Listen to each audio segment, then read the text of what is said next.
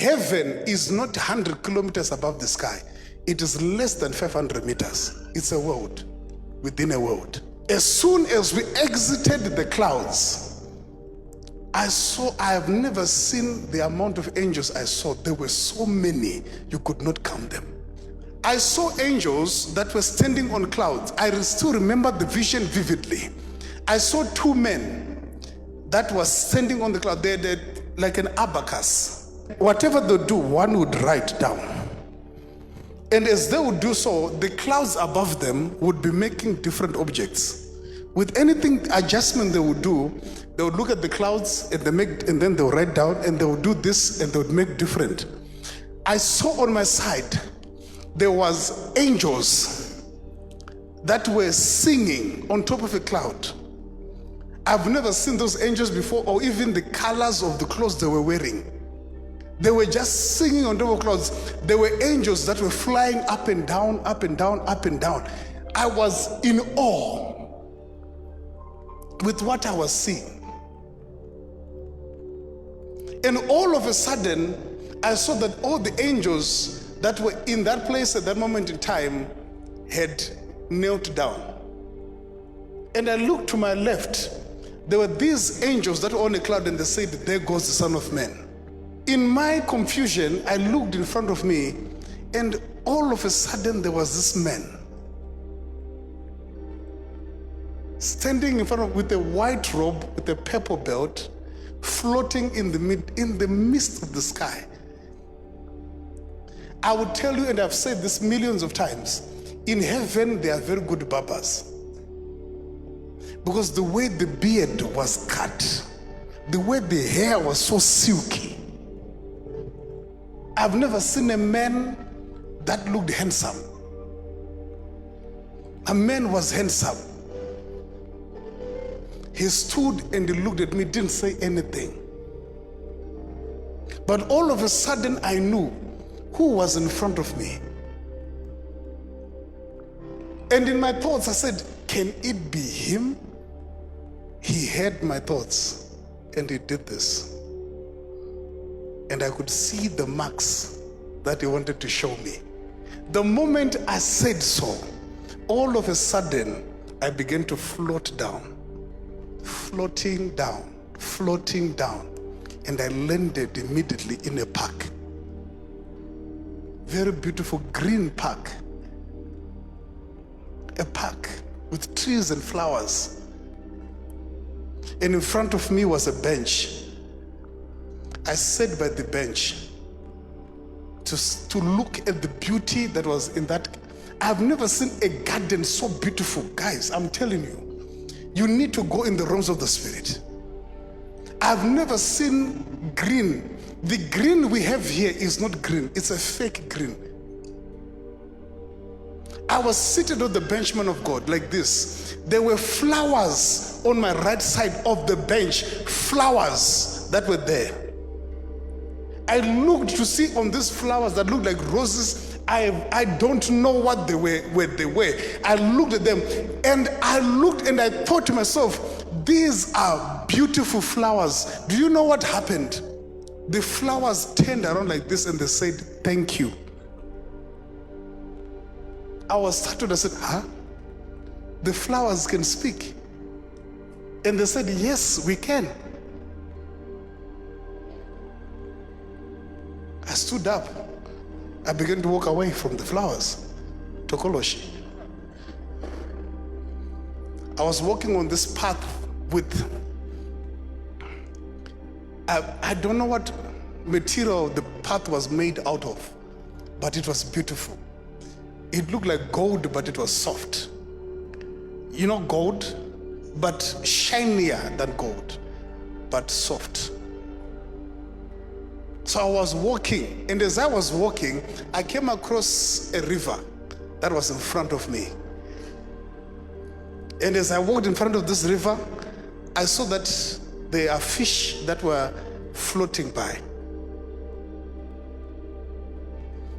And immediately I said to myself, oh, I can't swim. I wanted to cross this river. How do I do so? And a man appears next to me and he says, do you want to go to the other side? I said, yes. Then he pushed me into the water. I'm a black man. I can't swim. So as I went into the water, I was screaming, panicking. And then I'm going down into the water. I'm now in the water. I'm still screaming, but in my screaming, I realized something,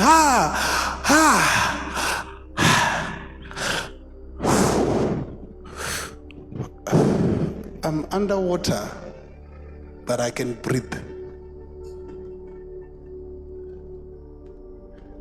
So I'm under the water, but I can actually breathe air in the water. I looked up from where I had fallen. The man that had pushed me was looking in the water like this. I had these thoughts, and he said to me, nothing in heaven takes life. Everything gives life.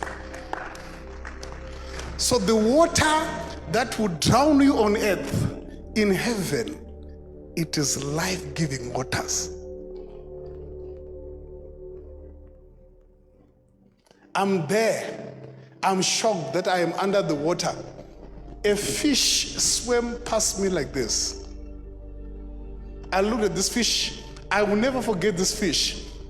The eyes of the fish were bigger than the body, which means it had more eyes than body. But you could see that it was a fish. It was swimming. So I looked at this fish, and the fish greeted me in a voice I could hear. Hello, prophet. And then, what's going on? And the man pulls me out and said, let's go. I saw lions. I saw all the animals that if they would see you today, they see Nando's. But the animals, you would walk past them, they would look at you and they would greet you. I saw fruits, trees, and this man was showing me, this is a tree, this is a fruit of this, this is this, this is this. And I said, wow, we will be eating. He said, in here, you will live to 10,000 years and not for one day ever feel hungry. You will eat of these fruits and never even be hungry. And then he said, take one. There was a fruit that looked like a pomegranate. So when I took it, I'm telling you, I took it from the tree, plucked it from the tree. The place where I had plucked it from, another fruit came out like instantly to replace the one that had gone. And it says, this is but a glimpse of heaven. Continue. You are supposed to see the other side. I said, which side? And he said, continue on that road. As I continued on this road, I looked, all of a sudden I was standing on the edge of a cliff. I turned around, the garden was no longer behind me, but I was standing on the edge of a cliff. It was dark. Very dark. The sky was dark. But below me were queues and queues of people. Millions and millions of people. And the queues were all going to the very far end. It was like in the north, where there was a bright light that was there. So I stood on this cliff and I said to myself, what is going on? And the man said, you requested to see the judgment day of men. Here it is. I'm standing on a cliff. I saw, it was like maybe more than 100 kilometers away. But at the light, when I looked at it, it's like everything would be zoomed right in front of me. And I could see, but I was on a cliff on a mountain. And I saw a man walk. I heard the voice say, next. And I saw a man walk and stood in front of this light. And a man sitting there.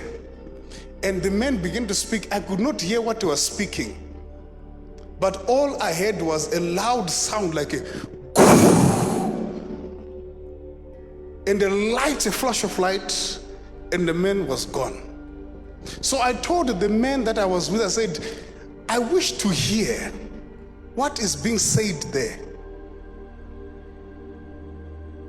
And the man said, look. And a woman walked to the front like this. And immediately, I tell you this, it's like her exact twin stood right next to her. Her exact twin, wearing the exact clothes that she was wearing, stood right next to the woman.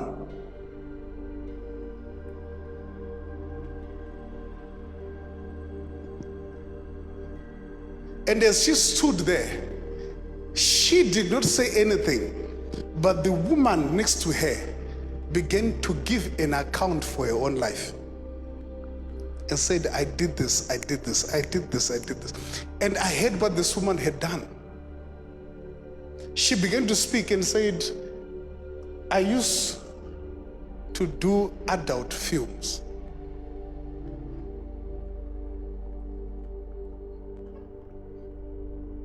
That I slept with many men, and I used to do a lot of adult films. And she's speaking about herself. Her real self was standing quite like this. So I asked the man that I was with, I said, what's going on there? What's happening? And the man said, on the day of judgment, we will all give account. I said, so who is the woman who is giving account on behalf of her? And he said, it is her spirit. Because if it was her, she would lie. But her spirit will never lie. So on that day, you will stand like this. There are things you will want to hide. To say, I hope that this happens. But you will look to your right, you will see yourself. And yourself will begin to speak about yourself.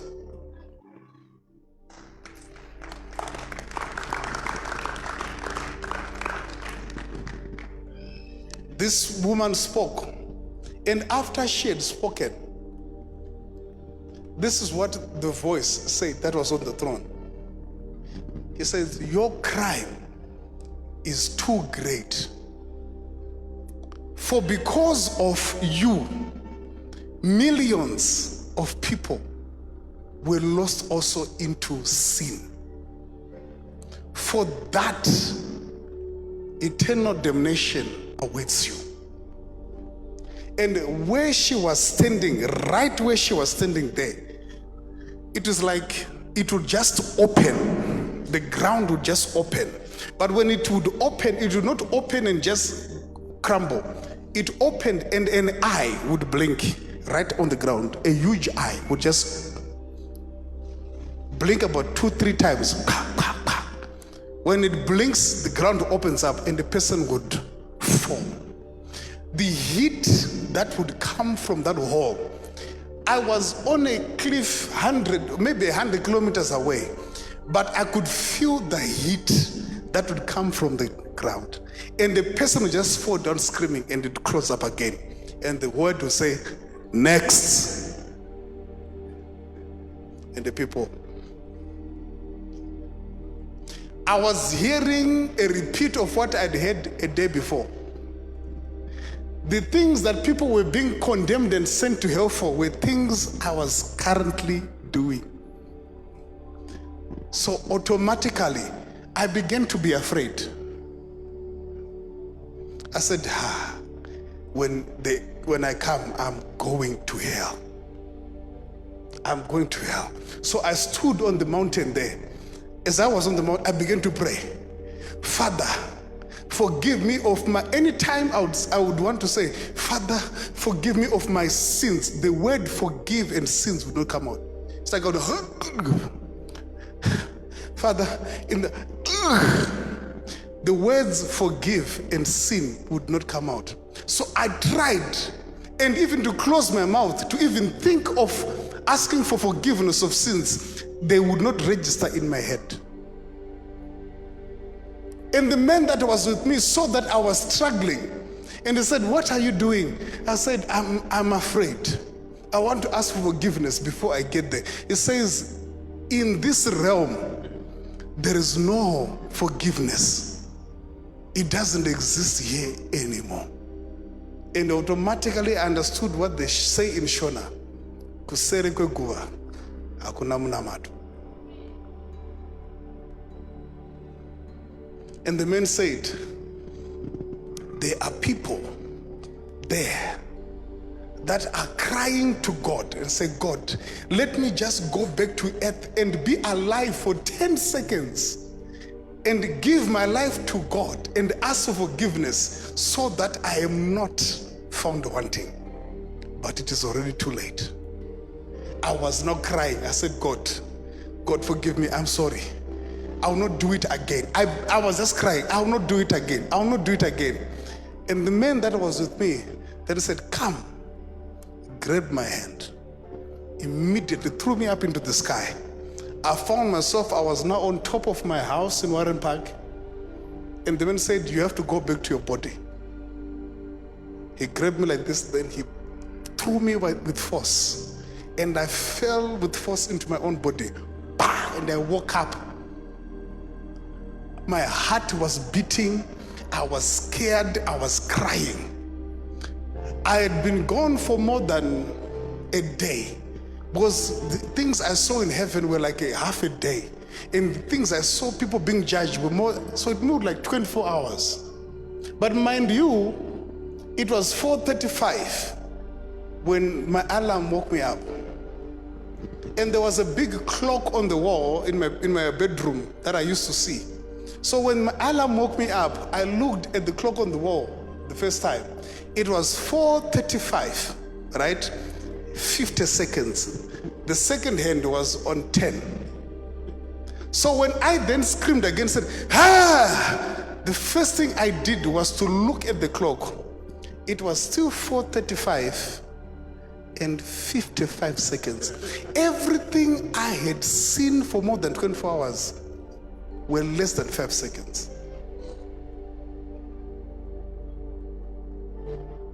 Time in the realms of the spirit is different from time here. That is why the Bible says 1,000 is like a day, and a day is like 1,000 in the eyes of God. Time moves differently. There is no time, there is no limitation, there is no equation.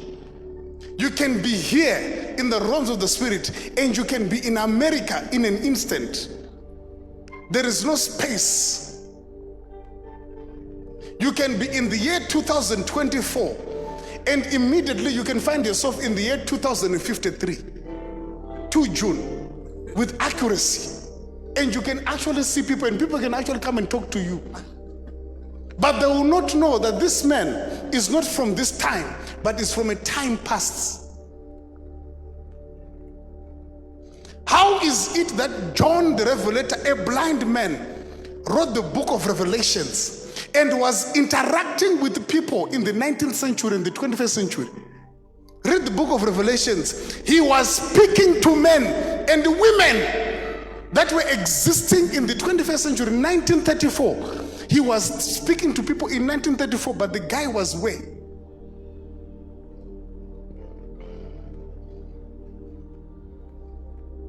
Which means he was there in the past, but because his spirit was so mature, it could transcend the limitations of time itself.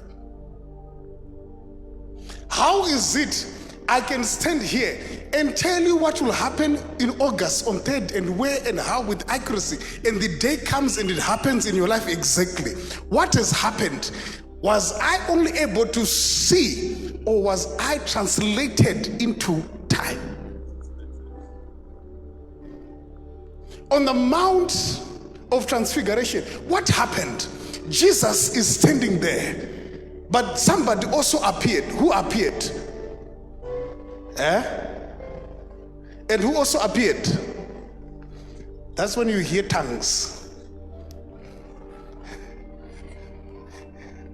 People start beginning, who appeared? Who appeared?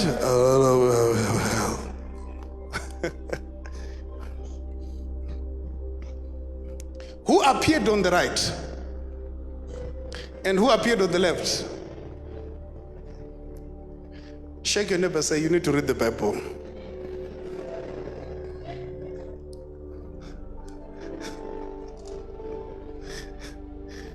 That is what we learned in kindergarten. And I asked the question and the person was like, but the moment I say, receive your car, hey, acquire.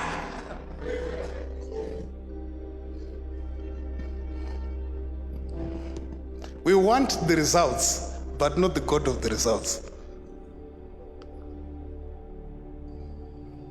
On the Mount of Transfiguration, Jesus is standing there. But who is he standing with? He's standing with Elijah, he's standing with Moshe. And they are talking. And the disciples see that these are the men of God. And they said, shall we make also tents for them so that they stay? But do you know what also happened on that mountain? It wasn't that these men, one we know died. One was taken. So these men are no longer there, but they are there on the mountain. What happened? It is also on the same time that as they are on the Mount of Transfiguration, Moses is on Mount Sinai, Elijah is on Mount Hebron. So at the same time, in different time zones, in different timelines of life, as Elijah is on Hebron, hallelujah, Moses is on Sinai, they were seeing Jesus and they were talking. That is why these men, there is nothing you could tell them about Jesus they did not know. They prophesied his name, where he's coming from, what time and how he's going to be. Because they used to meet him. Jesus would stand and bring the year 200 AD and the year 3044 into one place and said, I want to speak with the prophet of 3044 and the prophet of 600 AD in 2024. So the man of God of 600 AD would know what is going to happen in 3024, because he would be speaking, he would also see the man of God from 2024. These are dangerous spiritual realities that will begin to confound your mind and blow your mind the moment you make a decision to say, I want to be mature, I want to begin to move in the realms of the Spirit. Your life is not boring. It is boring because it is lacking that ability of you being a spiritual person that you are. You say that you need friends. You don't need people around you. You being a spiritual entity, you can be alone in the house and you will not come out of the house for 48 hours. So people say, are you not bored? You say, how can I be bored? I have got people that keep me company. I've got people that keep me up to date with what is happening outside there more than what do you know? Why is it that spiritual people are lonely people? They don't like, do you know that? That most spiritual people, they don't like going out. Not that they don't have money. They have the money, they have the means, but they would find an excuse not to go out with you. You will plan together. Friday, show me, we are going, right? That thing. We are going, yes, hey. They will be the one saying, don't worry, I'll be wearing my things. But deep down in there, they know that I'm canceling. Because it is not that they enjoy their space. There is peace in their space. Amen. So when I'm at home, I hear more than I'm outside. So I choose to be in a place where I'm hearing more than I can be distracted outside.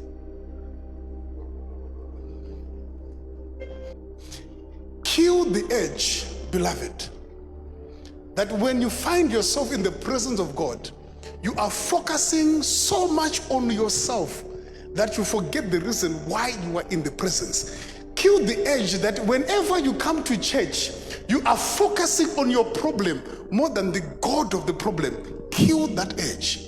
The moment you now know the purpose of your living, that you are born and you are created to worship Him, to be in His presence, that is the day a whole new world will be open to you.